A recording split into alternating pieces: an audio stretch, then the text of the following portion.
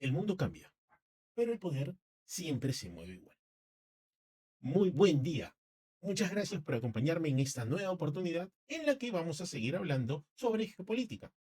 Sí, sé que esa palabra puede sonar un poquito lejana, un poquito fría, un poquito densa en realidad, pero mm, moldea nuestra vida más de lo que nosotros podemos imaginar. Porque créanme, lo que está pasando hoy entre Rusia y Occidente no es nuevo. La historia no se repite. Ese sonidito, esa rima ya la hemos escuchado con anterioridad. Mm, ¿Y cuál es el detalle? El detalle es que si no somos conscientes de ello, nos vamos a encontrar atrapados. Atrapados en una música, en un ritmo que vamos a tener que seguir. Y pues no necesariamente va a ser algo bueno. Hoy, como les dije, quiero comentarles acerca de este conflicto que hay entre Rusia y Ucrania. Aunque lo propio sería decir Occidente. Esta ya es una reedición de batallas pasadas. Aquí vamos a poder ver cómo es que el poder opera con unas reglas que se mantienen intactas a lo largo de los siglos. Y lo más importante, cómo estas decisiones globales afectan nuestras vidas. Porque, digamos, la geopolítica no es un juego donde solamente participan las élites. No, es la razón por la cual nosotros pagamos más de luz, más de gasolina y más por los alimentos. Es la razón por la cual Europa tiene que reestructurar su economía y América Latina comienza a redefinir su papel en el mundo. Pero primero vamos a ubicarnos. ¿De qué hablamos cuando hablamos de poder? ¿A qué nos estamos refiriendo? Digamos que el poder no es un discurso vacío, no lo es. No es solo política, no es solo economía, es la estructura invisible que nos gobierna. Al respecto, Carl Smith, la persona que aquí nos viene acompañando, decía que la política se define como la distinción entre amigo y enemigo. Y aquí está el primer punto clave. Es en este concepto donde vamos a encontrar nuestro primer punto clave. Rusia y la OTAN llevan décadas configurando su enemistad. Y no porque sea inevitable, no, sino porque les conviene. ¿A qué me refiero con esto? Ahorita lo desarrollo. Desde el final de la Guerra Fría, la OTAN ha avanzado lentamente hacia las fronteras rusas. Primero fue Polonia, después fue Hungría, después los Países Bajos. ¿Pero por qué? ¿Cuál es la razón? Porque si no lo han captado todavía, en política no existen los espacios vacíos. ¿A qué me refiero con esto? Si un espacio no lo está ocupando Rusia, lo ocupa Occidente. Y cuando Ucrania coqueteó con la OTAN, Rusia reaccionó. ¿Fue agresión? ¿Fue defensa? Pues eso va a depender de a quién estemos escuchando. Podríamos decir que nuestro querido amigo Vladimir Putin em, la tiene clara y en unas recientes declaraciones quiso evidenciar lo que estábamos hablando. Cuando fue consultado por unos periodistas acerca de el interés de querer conquistar Europa, pues soltó una carcajada y atinó a decir que eso es algo absurdo. Sí, fue su respuesta. Le pareció algo jocoso para él la pregunta. Pero digamos que para lo que para Occidente, podríamos decir, es una guerra de expansión, para Rusia es la defensa de su esfera de influencia. Ojo con este concepto que es importante. La defensa de su esfera de influencia. Y en esto, la historia es clara. Ningún imperio tolera que sus vecinos caigan bajo influencia extranjera. Esa es una regla. O sea, Rusia no está reaccionando de loco, no, sino preguntémosle a Estados Unidos qué haría si China instalara bases militares en México. ¿Mm? Ni siquiera tenemos que hacer un ejercicio de ficción. Sucedió antiguamente en Cuba, cuando quisieron poner unas bases militares rusas. Eh, Podemos ver la reacción que tuvo Estados Unidos al respecto durante el gobierno del presidente Kennedy. Entonces, lo que estamos viendo no es algo extraño, es una reacción natural de un imperio, si queremos llamarlo así. Aunque si bien es cierto, Rusia ya no es la URSS, es un país un poco más debilitado, sigue teniendo un peso que al parecer Occidente pues miró con cierto desdén, pensó que no era posible que hiciera frente como antaño, como la antigua Unión Soviética, ¿no? Pero no, Rusia se hizo presente. Ahora, vamos a pensar más estratégicamente todavía. ¿Por qué Occidente, por qué Estados Unidos, por qué Europa insisten tanto en un desgaste de Rusia? ¿Mm? Bueno, tenemos que ir, para resolver esta cuestión, tenemos que ir más allá del discurso moralista. Sí, ¿cuál es el discurso moralista? El discurso moralista es el que dice Rusia es un agresor. Ok, perfecto.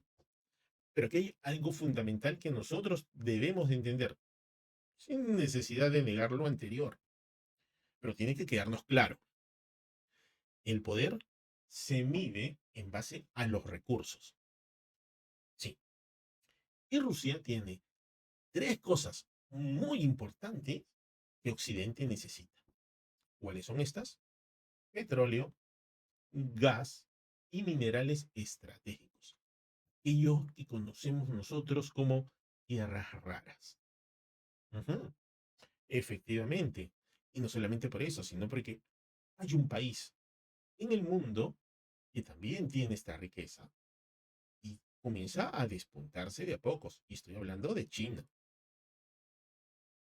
Y en su intento de China también de absorber a Taiwán, pues comienza a dejar a casi todo Occidente sin los recursos necesarios para ir desarrollando tecnologías de innovación. Y he ahí el eje, he ahí el punto de desesperación por estas tierras raras que, oh, coincidencia, podemos encontrar en Ucrania y en Rusia. Entonces, ¿qué pasa si Rusia colapsa o se debilita? Si esto sucediese, Occidente no solo no solamente se va a deshacer de un rival geopolítico, sino que va a abrir las puertas a la explotación de varios recursos. Ujú. Porque creen que hay sanciones, bloqueos financieros y apoyo armamentístico a Ucrania. No es caridad, créanlo, no lo es. Es estrategia. Ucrania es, lamento decirlo de esta manera, porque hay un montón de personas que están sufriendo, han sido los tontos útiles para este fin. Suena frío, suena duro, pero es lo que está sucediendo. La industria armamentista en los Estados Unidos y en Europa han comenzado a multiplicar sus ganancias. Países como Alemania ha aumentado su gasto militar a niveles no vistos desde la Segunda Guerra Mundial. La OTAN ya no quiere solo defenderse, quiere comenzar a redibujar el mapa del poder. ¿Mm? Pero aquí viene el problema. Ustedes se preguntarán, ¿cuál es? Y el problema es que la guerra también les está costando caro. No pensaron que Rusia iba a resistir a estos bloqueos económicos, no pensaron que Rusia iba a resistir a la guerra que se le estaba planteando. Recordemos, es Occidente, son varios países. Era Estados Unidos también, pero comenzó a costarles caro. Y Estados Unidos no invierte en un sitio donde no va a ganar. Cuando Estados Unidos ve que no va a ganar, comienza a retirarse. ¿No? Ese es el motivo. Entonces, claro, ¿qué es lo que sucede? En el tema de comunicación, muchas veces nos van a querer vender a nosotros una historia que no necesariamente es cierta. Muchos líderes de opinión defendían a Ucrania, defendían las guerras que venían efectuándose, sostenían de que Ucrania estaba en avanzada y pues las cosas no eran así. O sea, no, es cierto que infligían daños al ejército ruso, pero estaban perdiendo fuerza, ¿no? Les decía, están perdiendo una guerra. Necesitan invertir mucho más dinero. Pero ¿de dónde va a salir este dinero? Pues este dinero, amigos míos, sale de nuestros bolsillos. Pero quienes la van a pagar más caro todavía son las personas que habitan en Occidente, las personas que habitan en Europa. Así es.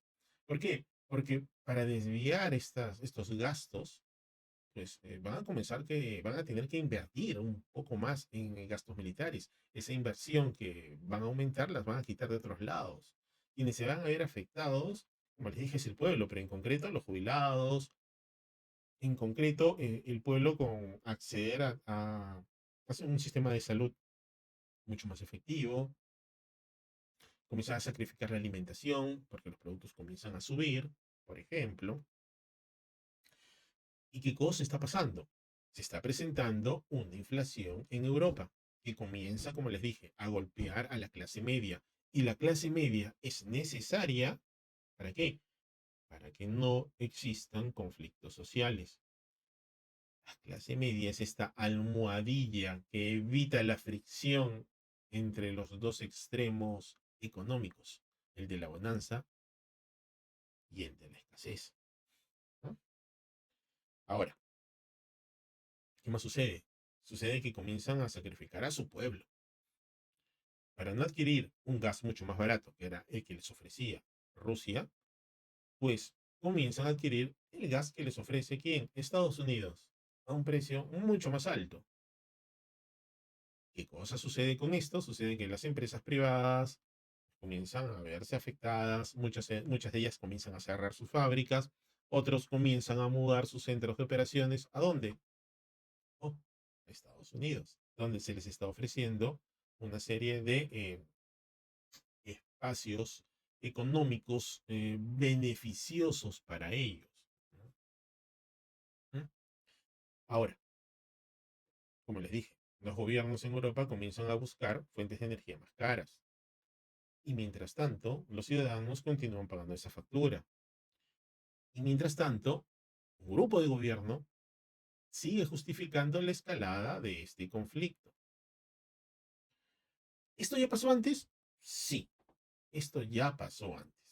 ¿Y con quiénes pasó? Pues con nuestros queridos amigos pues aquí. Querido amigo Napoleón, que en el año de 1812 invadió Rusia con la ilusión de someterla. Terminó siendo derrotado, como ya lo sabemos.